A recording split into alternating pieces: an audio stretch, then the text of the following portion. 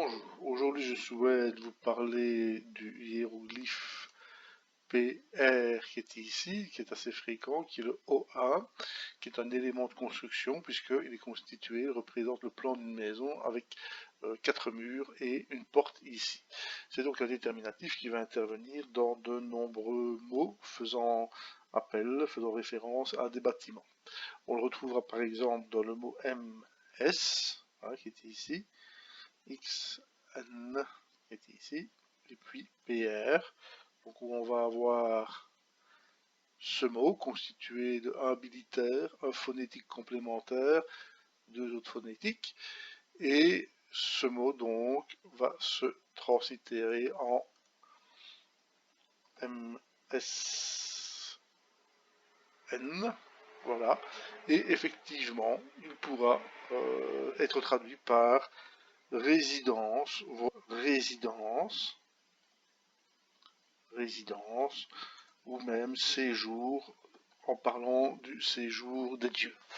Mais là où le comportement du hiéroglyphe, de ce hiéroglyphe est particulièrement intéressant, c'est que lorsqu'on le prend ici avec un trait idéographique ou diacritique, qui nous indique qu'on doit le prendre dans le sens de la maison proprement dite, c'est qu'il va jouer sur plusieurs tableaux, c'est-à-dire qu'il va jouer sur le tableau du phonétique, PR, et en même temps être son propre déterminatif.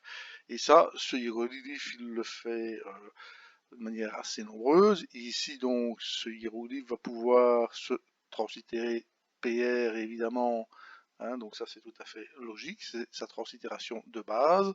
Dans beaucoup de mots, il sera associé avec un R redondant, qui sera donc en complément phonétique. Et puis sinon, on va arriver, j'étais déjà en translittération, je repasse en texte latin. Donc ici, on aura le sens global qui sera maison. Mais par extension, ça pourra désigner le nid, par exemple, pour un oiseau ou un insecte. Mais ça peut également avoir le sens de domaine, d'espace de terrain clos, par exemple. Plus intéressant également, on va le retrouver dans toutes sortes de graphies de mots.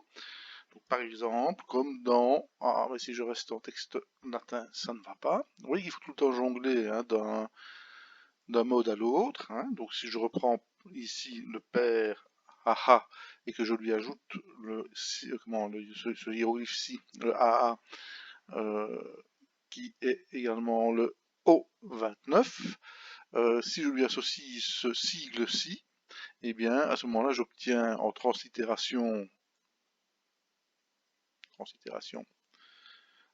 père aha, et qui signifie littéralement, puisque ceci c'est l'adjectif grand, hein, c'est l'image d'une colonne, donc de ce qui est grand, haut. Et donc si je vais donc pouvoir le traduire de manière littérale par la grande maison, autrement dit le palais. Si j'étais respectueux, je mettrais des majuscules à tout ça.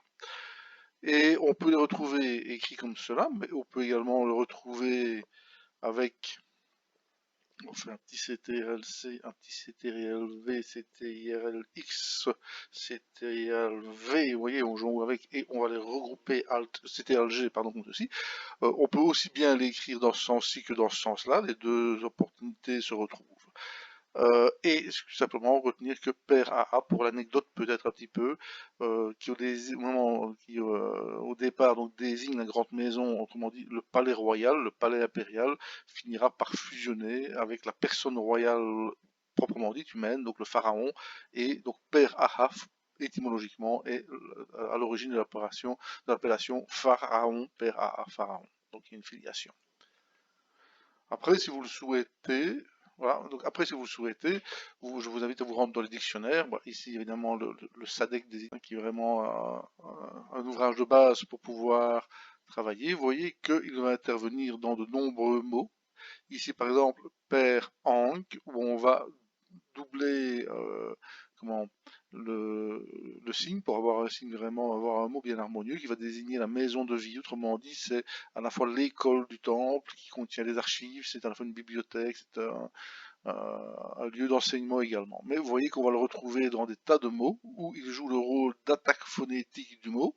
Donc il a son rôle phonétique et en tant que déterminatif des noms de lieux, il va accompagner un sanctuaire de la Haute-Égypte. Donc ça peut tout à fait désigner des villes bien précises, hein, où on aura même une association comme ici entre le signe père et puis le signe du carrefour qui indique que nous sommes sur des noms de lieux.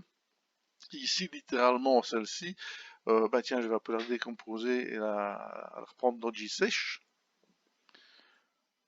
Donc, je disais que j'allais la reprendre. Donc, on a une attaque phonétique pair ici. Donc, je vais repasser en hiéroglyphique, ce sera un peu plus explicite. Donc, j'ai donc mon signe pair qui est ici, qui est à la fois l'attaque phonétique du mot. C'est un mot qui, pour les scribes, est évidemment très intéressant, puisqu'on va lui associer un signe Y1 qui est le rouleau de papyrus. On va lui mettre un petit T, un petit 1 pour indiquer qu'il faut bien comprendre que ce n'est pas dans le sens conceptuel, et j'ai été trop vite, voilà. Donc ici, il faut bien comprendre que le rouleau de papyrus est à prendre non pas dans le sens conceptuel, idéographique de savoir ou de connaissance, mais vraiment bien le prendre dans le sens de l'objet rouleau de papyrus, hein. Et alors ici, après, on va terminer par la petite ligature, où sont mes ligatures, il faut pas chercher un petit peu, je l'ai vu, donc rope, film, basket, etc., les petits paniers, etc., etc., etc. Et je retrouve ma ligature V12 ici, voilà. Et donc ici, j'ai donc la maison des rouleaux de papyrus attachés par une petite ligature. Littéralement, c'est ce que le mot veut dire. Et bien entendu, la maison des papyrus, en toute logique, bah, c'est bibliothèque. On va donc quand même noter la translittération, qui sera forcément PR. Et ensuite, comme c'est un mot composé, on aura l'occasion d'en reparler, c'est assez fréquent pour les Égyptiens de composer, d'associer deux mots, et alors parfois ces deux mots s'associent tellement qu'ils finissent par fusionner et former un seul mot. Parfois ces deux mots s'associent, c'est ce qu'on parlera de génitif. J'aime bien l'expliquer par une expression bien moderne qui est pneu-neige. Je mets deux noms ensemble, on voit très bien de quoi je parle. Bah, c'est un autre débat, on y reviendra. Donc ici, on est sur maison papyrus, père M chat, voilà, et qui signifie, comme je viens de le dire, texte latin, qui signifie, comme je viens de le dire, bibliothèque, tout simplement.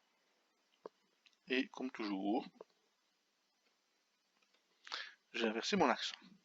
Donc voilà, ici ce hiéroglyphe, ce qui est intéressant, c'est qu'il peut soit jouer le rôle de idéographique déterminatif muet, il peut être un mot à lui tout seul avec le petit trait, il peut se composer avec un autre mot, ici un adjectif grande maison, et prendre un sens tout à fait précis, et il peut également s'associer avec d'autres mots au point de former un mot complet. En translittération, on le marque par un tiret, et donc ici littéralement la maison des la maison des papyrus, autrement dit la bibliothèque.